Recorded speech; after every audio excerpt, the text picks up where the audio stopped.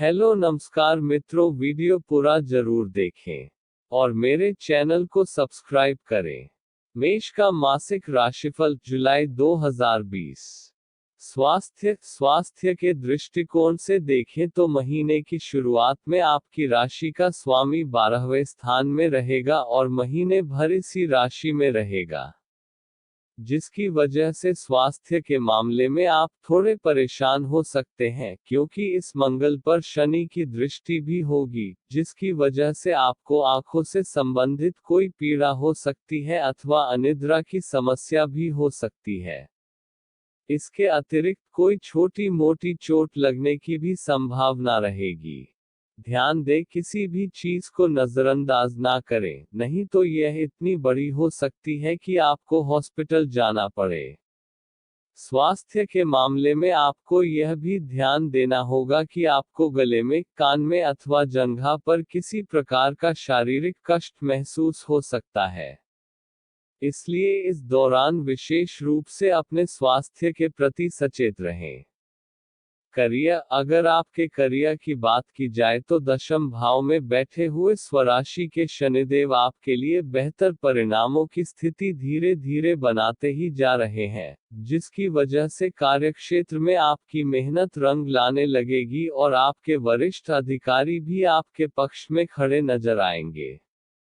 कार्य के संबंध में कुछ यात्राएं भी होंगी, जो शुरुआत में तो काफी थकान और परेशानी देने वाली होंगी, लेकिन धीरे धीरे उनके अच्छे फल आपको दिखाई देने लगेंगे और इससे आपके कार्यक्षेत्र में और पद में वृद्धि होने की संभावना रहेगी।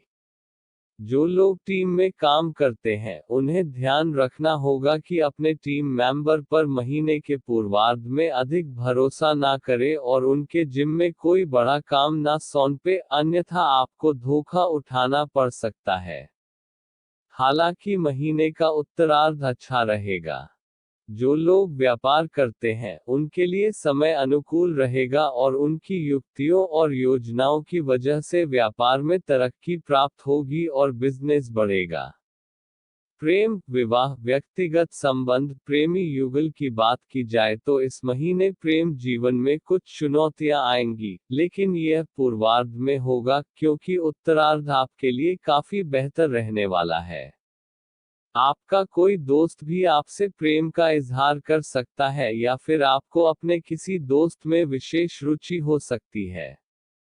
इसके अतिरिक्त दोस्तों के साथ मौज मस्ती का अवसर मिलेगा और अच्छा समय बिताएंगे तथा अपने प्रियतम के प्रति आप संजीदा होकर सोचेंगे और उनके साथ अपने भविष्य की योजनाएं बनाएंगे।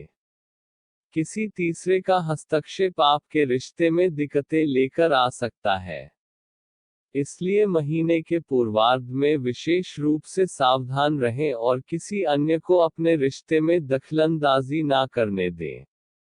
महीने के उत्तरार्ध में आप अपने प्रियतम को अपने परिजनों से मिलवा सकते हैं। उन्हें साथ लेकर कहीं घूमने जाने का प्लान भी बना सकते हैं। यदि आप शादीशुदा हैं तो दाम्पत्य जीवन के लिए महीना सामान्य रहेगा, लेकिन सप्तम भाव पर मंगल और शनि की दृष्टि का प्रभाव होने के कारण दाम्पत्य जीवन में ना चाहते हुए भी थोड़ी सी असंतुष्टि और अशांति बनी रह सकती है, जिसकी वजह से आपको अपने दाम्पत्य जीवन से थोड़ी बोरियत महसूस हो सकती है। लेकिन आप एक समझदार व्यक्ति हैं, जो हर बात के दोनों पहलू को जानना पसंद करते हैं।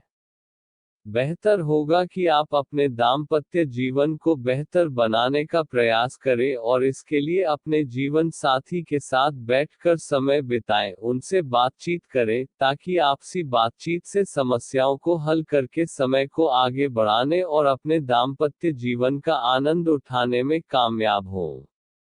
इस दौरान आपका जीवन साथी किसी सुदूर यात्रा पर आपके साथ जा सकता है, विशेष रूप से किसी तीर्थ यात्रा पर।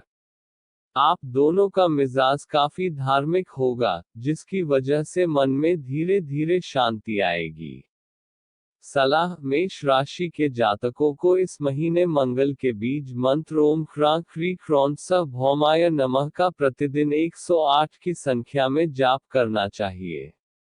इसके अतिरिक्त आपको भगवान शिव की विधिवत पूजा उपासना करनी चाहिए और संभव हो तो रुद्राभिषेक का पाठ करना चाहिए। इसके अतिरिक्त राहु और सूर्य की युति तीसरे भाव में होने के कारण आपको राहु के निमित्त बुधवार के दिन काले तिलों का दान करना चाहिए और प्रतिदिन सूर्य उपासना करनी चाहिए, जिससे आपके मान और यश की हानि भी ना हो और आपके पिताजी का स्वास्थ्य भी अनुकूल रहे।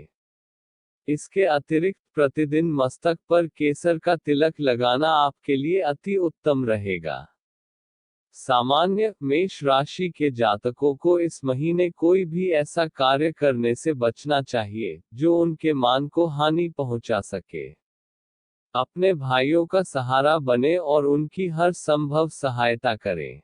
इससे आपको भी मजबूती मिलेगी, क्योंकि आपके भाई बहन आपके साथ होंगे तो आप हर काम में मजबूती से खड़े रह पाएंगे। दूसरे भाव में उपस्थित शुक्र परिवार में शुभ कार्य कराने की ओर इंगित करता है।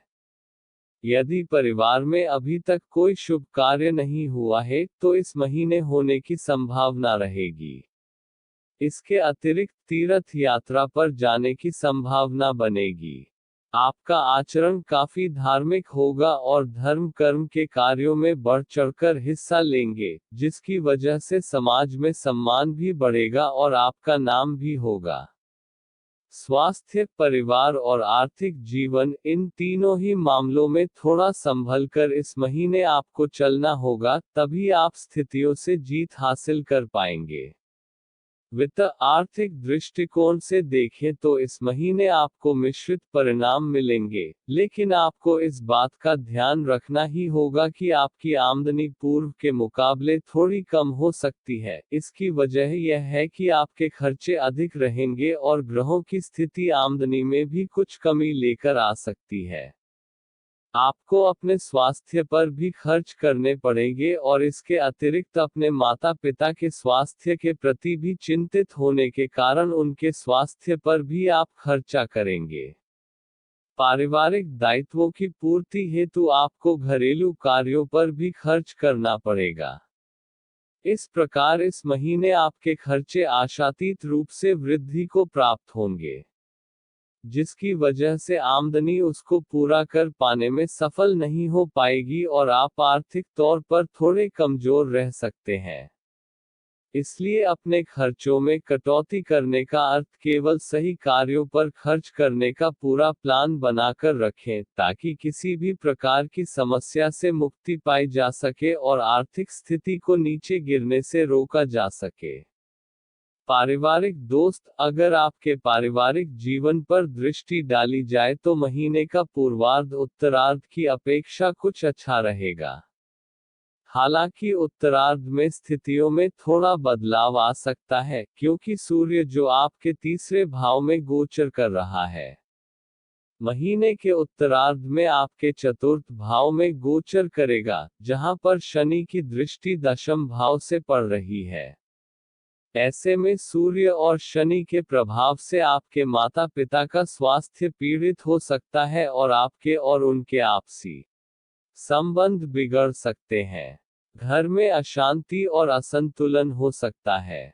इस सब को बचाने के लिए आपको खुद आगे आना होगा और यह समझना होगा कि घर का वातावरण बेहतर बनाने के लिए आप क्या कर सकते हैं। दूसरे भाव में बैठा हुआ स्वराशि का शुक्र आपके कुटुंब को प्रेम पूर्ण वातावरण में बनाए रखेगा।